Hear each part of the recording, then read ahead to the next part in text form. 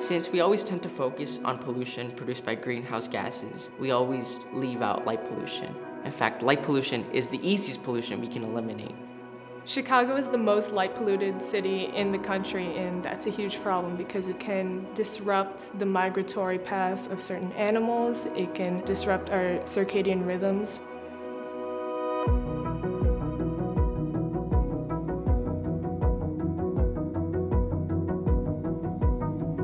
I live in the city of Chicago. It's a pretty quiet neighborhood, but even then you could only still see like a good 10 stars at the most on any given day.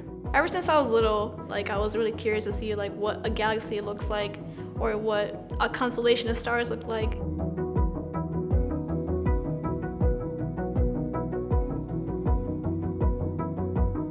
On the bus ride, somebody noticed that you were able to see all the stars and even the Milky Way just outside the window, and once everyone figured out, everyone was climbing to be up at the window and just trying to just get a glimpse of what was going on outside, and honestly, it was beautiful.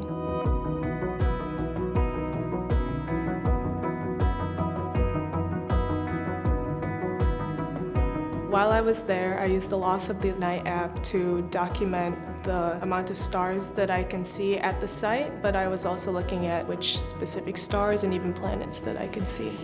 Arcturus is right over there, that really bright star. We also use a device called SQM, which stands for Sky Quality Meter. It measures how dark an area is. It ranges from 1 to 21, and usually Chicago ranges from 9 to 14. So right now we got 21.15, so that means that it's dark enough? Yeah, that's what I'm trying to focus it And at. Jupiter? I was in charge of all the activities involving the telescope. So I discussed how to properly align it and how to use every piece of equipment properly. Far Horizons has constructed this 360 camera called the GoNet. It takes pictures of the night sky. So that's how we determine how much light pollution is in the urban city versus through the night sky in Indiana Dunes and such and such. During the dark sky trip, I was doing a lot of astrophotography while I was stargazing.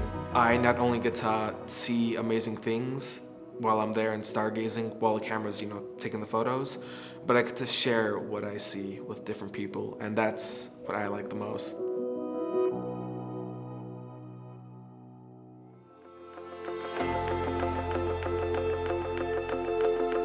I think we need a community to help save humans and animals from light pollution.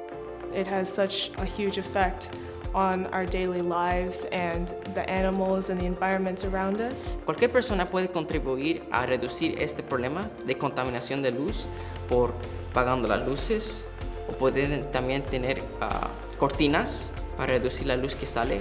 It affects the city, it affects the country, it affects the world. And it's not just about seeing the night sky, it's about animals and how we live every day.